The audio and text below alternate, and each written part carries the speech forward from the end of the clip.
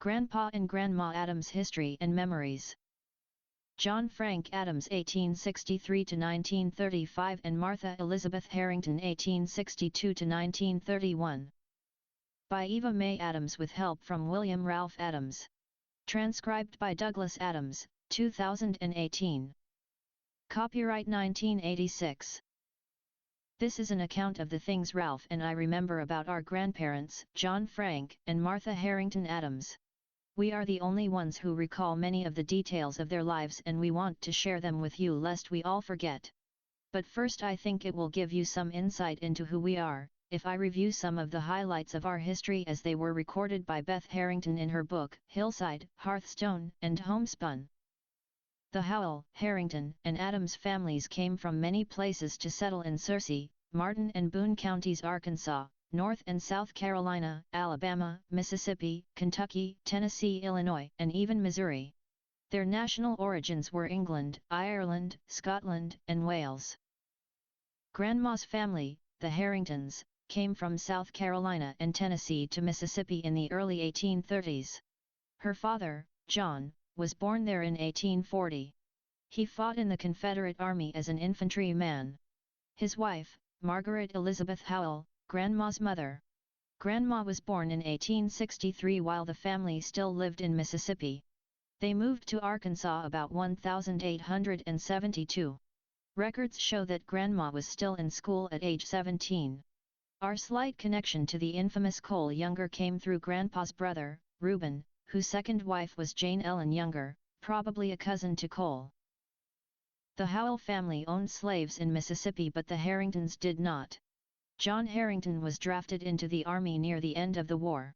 His group was housed in miserable barracks near the notorious Andersonville prison in Georgia. They were not treated much better than the prisoners, there was not enough food and they suffered from the cold. John and a few others escaped into the woods and he started walking back to Mississippi.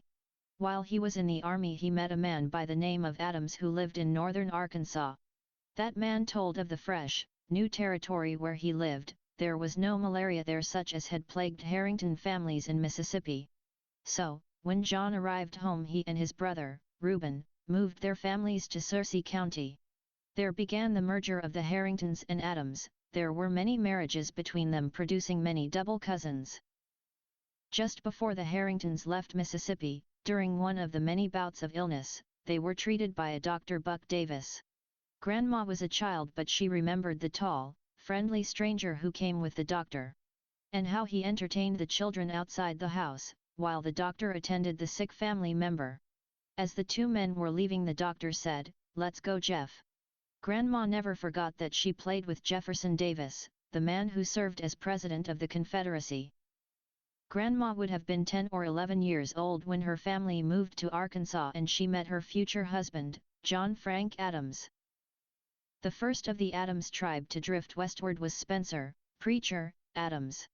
He led a wagon train from North Carolina to Kentucky in 1803. Among them was a Martin family. Records say of Spencer Adams that he was very wealthy. The town of Whitesburg, Kentucky stands on land he once owned. He organized the Sand Lick Church in that town. He also started churches in other towns. He once swapped a Bible for a tract of land. That Bible today is in the possession of Mrs. H. W. Bach of Stevenson, Kentucky. In 1821, Spencer and his son, John, decided to sell all their holdings in Kentucky and moved to Dallas County in Alabama.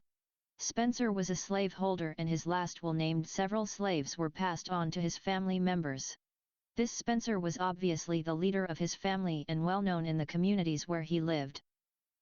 From school and census records it can be seen that he and his family were better educated than many of their contemporaries. In those days, just be able to read and write set one apart. It appears that some of the moves Spencer made were to ensure that his children would be near what he considered to be good schools. He seemed to have prospered wherever he chose to live. This Spencer was Grandpa Adams' great-grandfather. He had a brother named John who is buried in the Adams-Webb Cemetery in Letcher County, Kentucky. One of Spencer's sons, Jesse, opted not to move to Alabama with his father. Jesse was married to Rhoda Martin, whose father was William Martin. I don't know if this family could have been one of Mom's ancestors. Jesse didn't stay in Kentucky, however.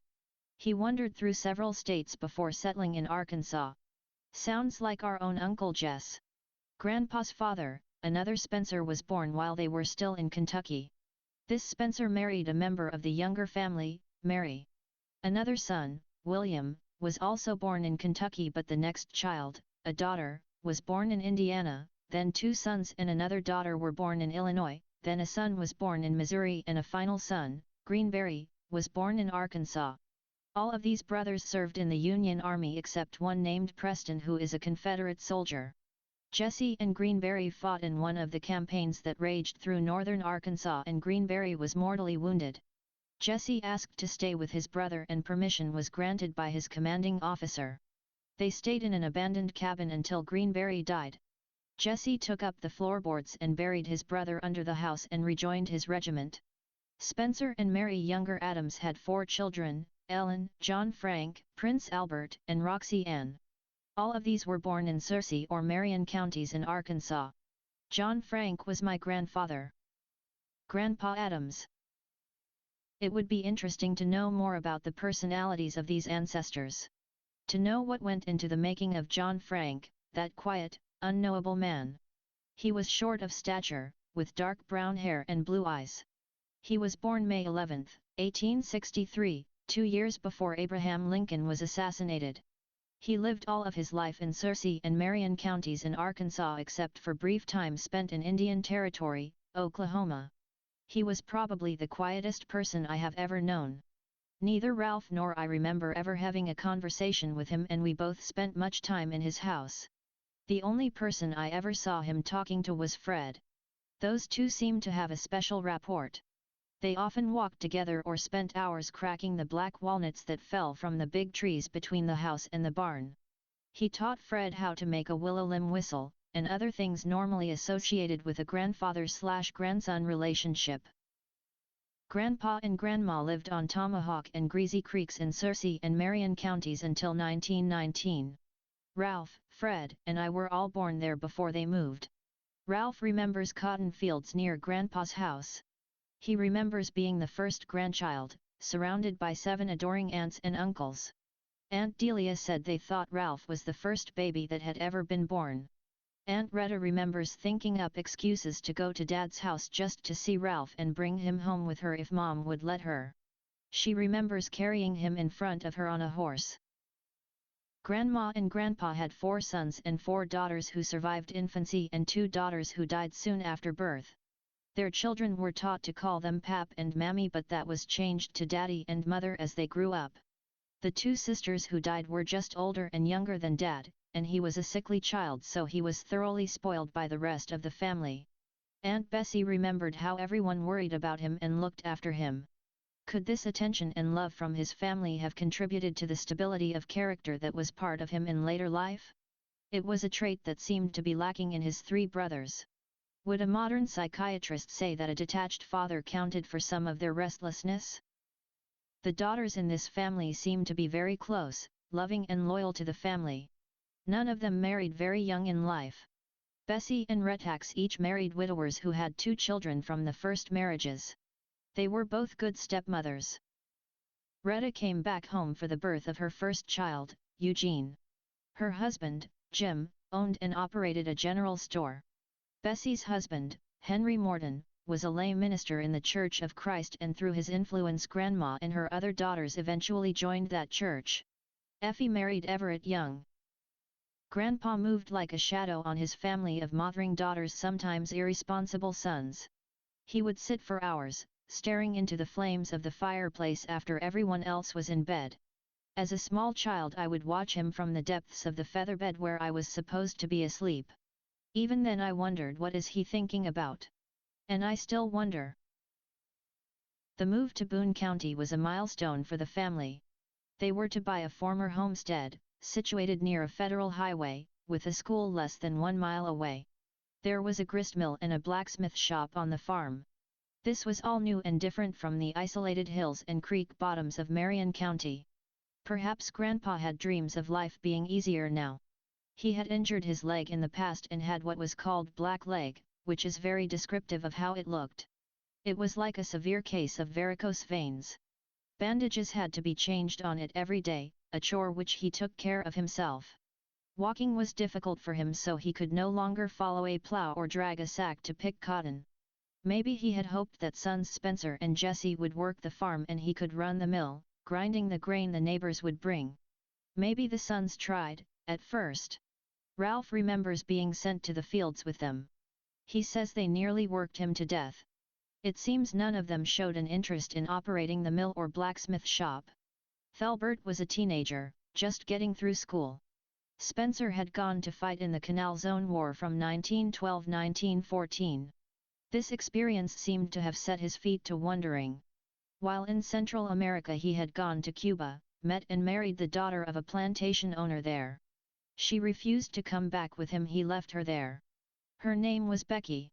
He came home a rootless, restless man, wandered all over the country and could tell fascinating stories of his many adventures. We would love having him visit us, but he never stayed long. He was a charming man and very handsome. Even when he was an old man his brown eyes sparkled with wit and humor. Before he went away to war he had a teenage sweetheart named Annie who never forgot him. He didn't renew the romance after he returned from Cuba. When he was about 30 years old he married Julie, a part Cherokee Indian girl from Oklahoma. But he was still a wonder on the road more than he was at home. He became a very heavy drinker and sometimes he abused Julie and her children. Julie died soon after the birth of their last child, a little daughter, Degree. Her family came and took the baby back to Oklahoma and she was lost to the rest of us. Dad and Mom and other family members helped in rearing of the other children. When Spencer was past 70 years old he and Annie got together and were married. She told me that she had never stopped loving him and was sure all along that day would come when he would remember her. She had not married. She had pictures of the two of them, taken before he went to Central America, and mementos he had given her. They had several happy years together. She cared for him during the time he lived after a massive stroke and lived but a short time before he died. Jesse must have admired his older brother and, it seemed, tried to emulate him in many ways. Jesse had a quieter, more gentle nature. He was Ralph's favorite uncle. Ralph remembers going places with him as a child and having long talks with him. He bought Ralph's first harmonica, taught him how to play it. But, like Spencer, Jesse became a wanderer. He lacked the charisma and the happy-go-lucky spirit that were part of Spencer's charm. He married Oza Taborks, a shy girl who had a beautiful smile. She seemed to adore him in spite of his roaming and lack of support as the children were growing up. He was a hard worker when he could settle down for a few months, but the call of the road would become too strong and that dreamer would be gone again. Tragedy seemed to stalk his sons and Jesse died of emphysema, a somewhat bitter man, in his early 70s. Thalbert, the youngest son, idol of his sisters and mother, had the reputation of being wild as a young man. He had a frisky black horse named Coley. He would take us kids for scary rides on him. When the family moved to Boone County, Thalbert was still in school and seemed never to have shown much interest in working at the mill or on the farm. But he never left home and was the one who provided for Grandma and Grandpa till the end of their lives. Dad and Mom didn't move from Marion County until a year after Grandpa did. We don't know why they decided to follow. Dad worked at many jobs to provide for his family. He farmed, cut railroad ties, worked in ore and lead mines and served a short time as recorder for the county. He attempted to homestead a farm, but it didn't please him to have the government tell him how long he must live there and what he must do to improve the land before would finally be his, so they moved away from it before they had lived through the required time. Most of the jobs he had took him away from home more than he liked and left too much of the farm work for Mom to do. So they were perhaps ready to try something different. And perhaps Spencer showed up at their house on one of his meandering walks and said to Dad, "Look, Bud, Pa needs you and you can make a living there." At any rate, Dad and Mom moved to Boone County. It was a long wagon ride, maybe taking 2 or 3 days. It is doubtful if Mom was too happy about the move. It took her away from her family and friends and she had to again surrender her 3 kids to an overwhelming family of in-laws. She was also going through a difficult pregnancy. Leo was born that hot, August day, weighing almost 15 pounds, and Mom had her first encounter with the doctor. His last name was Owens and he drove the first car I ever remember seeing. Aunt Bessie took care of me that day, and as we were crossing the rail fence across from Grandma's house the car went by on the dusty road. She told me that a bug had brought me a baby brother. She and Mom seemed to have been good friends, but there was a coolness between Mom and the other sisters-in-law. Mom said the younger girls would come in her house while she was in the cotton fields and rearrange all the furniture, and Mom resented that and other things they did. Mom's family was very different from the Addams tribe. She was the youngest daughter. A sister 2 years older than her had died when Mom was 12 years old. She had a younger brother, but the other siblings were much older. It seems they were all protective of her. The daughters in Mom's family were not required to work in the fields, just the vegetable garden, but she went to the cotton field with Dad the day after their marriage and worked there every day he did after that. She usually took about a month off after the birth of the child. She said there were many times she wanted to throw that cotton hoe so far she could never pick it up again. While she worked, Ralph was babysitter for Fred and me, keeping us at the shady end of the cotton row. Once she had to nurse the baby when she was overheated from the sun and the baby nearly died from it. Mom was raised in a family that went to church every Sunday, her father having been superintendent of Sunday school for 25 years at Anderson Flat Methodist Church. After marriage to Dad, she found herself in a family where no one went to church, with a father-in-law who claimed to be an atheist, although his own grandfather, Spencer, had been a Baptist preacher. He didn't understand this daughter-in-law who influenced his son to go to church, read her Bible and went about her work singing the old hymns. He was never known to be in church by any of his family. Aunt Delia said there was one preacher who came sometimes to speak at the Church of Christ nearby, whom Grandma would go to hear, but he wouldn't go inside the church but would sit outside on a woodpile and listen through the window. There were times when he made fun of Grandma, his daughters, but his criticism was most bitter toward Mom. He just didn't understand that kind of devotion. After Dad and Mom moved to Boone County, Delia and Thelbert were overjoyed to take Ralph to school with them. He remembers those school days and a teacher named Lena Johnson. That was also the first school Fred attended. The little schoolhouse stands today at Harmon, Arkansas. The original walls have been encased inside new ones, but everything inside is just as it was in those long ago days. Aunt Delia remembers the songs that she sang in the program when she graduated there. Dad rented a small house about half a mile from Grandpa's log house, and it seems both families worked together at the mill and on the farm. Neither Ralph nor I remember ever hearing what happened to end that joint venture, but after a year Dad moved several miles away to farm we have always known as the Scott place. He rented the farm from a man who lived out of state. Ralph thinks maybe in KC the rent was $50 a year, quite a bit in those days. The next 3 years proved to be the most prosperous ones Dad and Mom had known. Crops were good and the price of cotton was high in those post-war years of the early Roaring '20s. For the first time in their lives they had a bank account. There was a blacksmith shop behind the barn which Dad used for his own needs and those of his neighbors. He bought several head of cattle.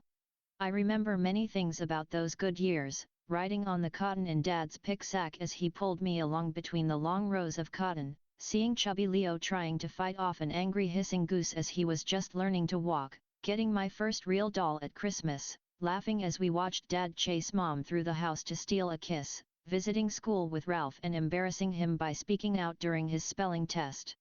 I remember Grandpa Martin visiting us, hearing him pray at meals and at bedtime and in the little church we attended. He would join Mom as she sang the old ballads he had helped teach her as a child. He died soon after one of his visits with us, at the home of one of his children in Oklahoma.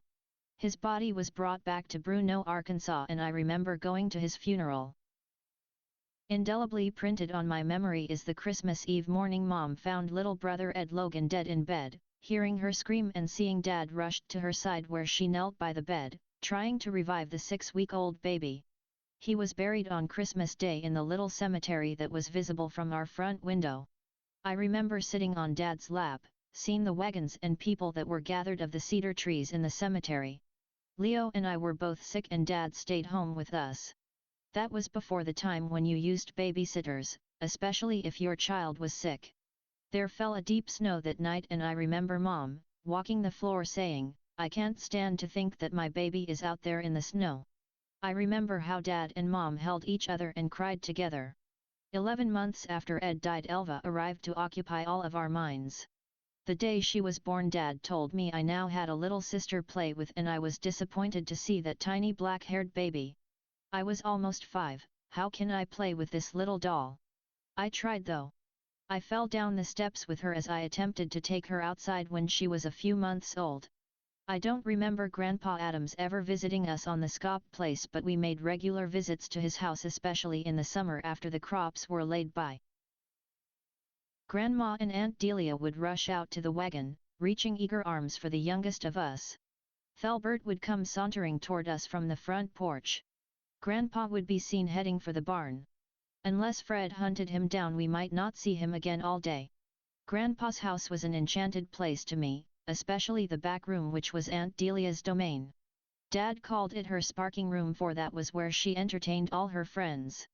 The house was made of logs, it had 4 big rooms, an attic room where Thelbert slept, there was a wide porch across the front.